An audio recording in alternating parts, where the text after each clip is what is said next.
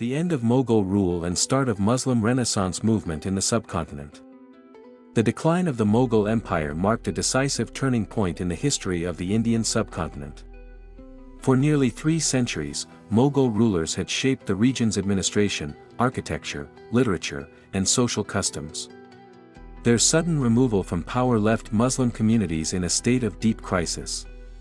Yet, from this period of loss emerged a steady and purposeful revival known as the Muslim Renaissance. This movement did not begin with dramatic political victories, but with a quiet recognition that survival required education, rational thinking, and institutional building. By tracing the key events from the formal abolition of Mughal rule through the early 20th century, we can see how a marginalized community rebuilt itself step by step. Each year in this period represents a deliberate shift from mourning the past to constructing a new future. The official end of Mughal rule arrived in the aftermath of the widespread uprising of 1857. What began as a military mutiny quickly expanded into a broad resistance against the British East India Company.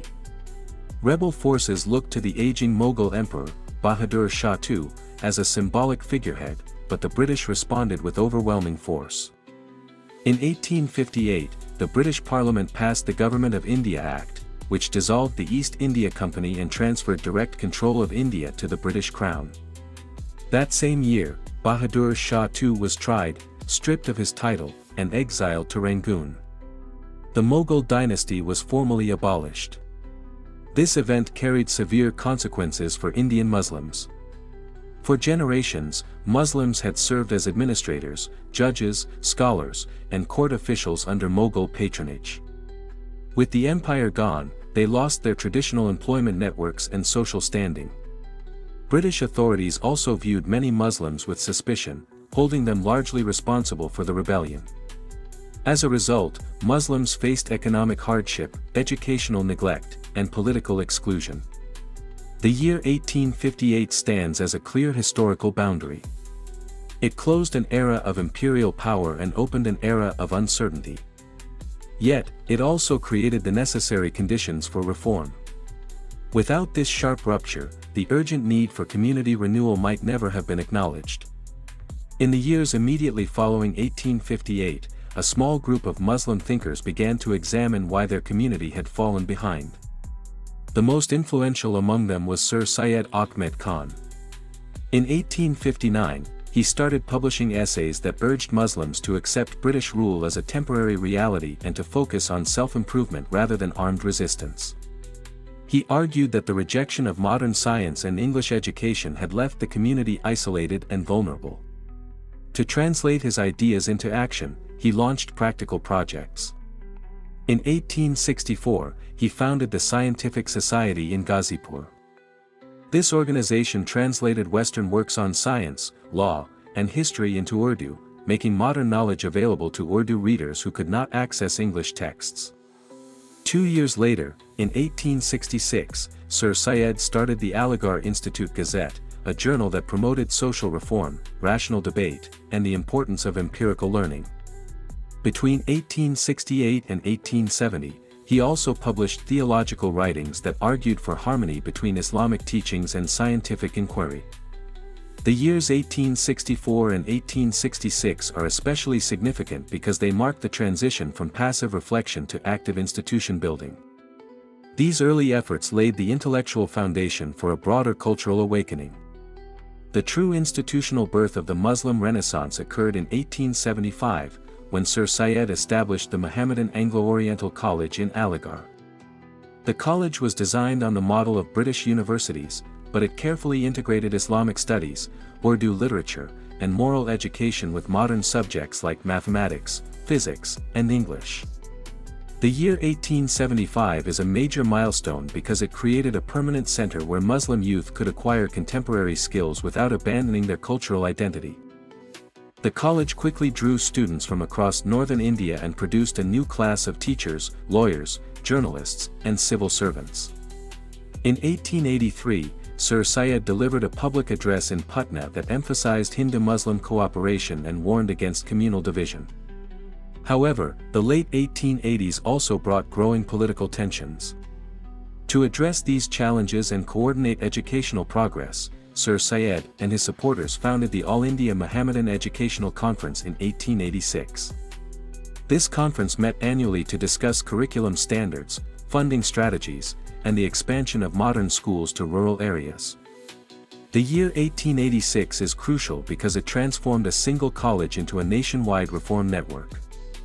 Through these institutions, the Renaissance moved from theory to practice. Classrooms became spaces for critical discussion, women's literacy received limited but meaningful attention, and religious debates grew more rational and less dogmatic. The period between 1875 and 1890 demonstrates how education became the main driver of social transformation. By the beginning of the 20th century, the educational achievements of the Aligarh movement began to influence public politics. In 1900, a major controversy erupted over the official language of the northwestern provinces. British authorities announced that Hindi would replace Urdu in courts and government offices. Many Muslims viewed this decision as an attack on their cultural heritage and administrative history. The debate pushed Muslim leaders to look beyond schooling and consider political representation.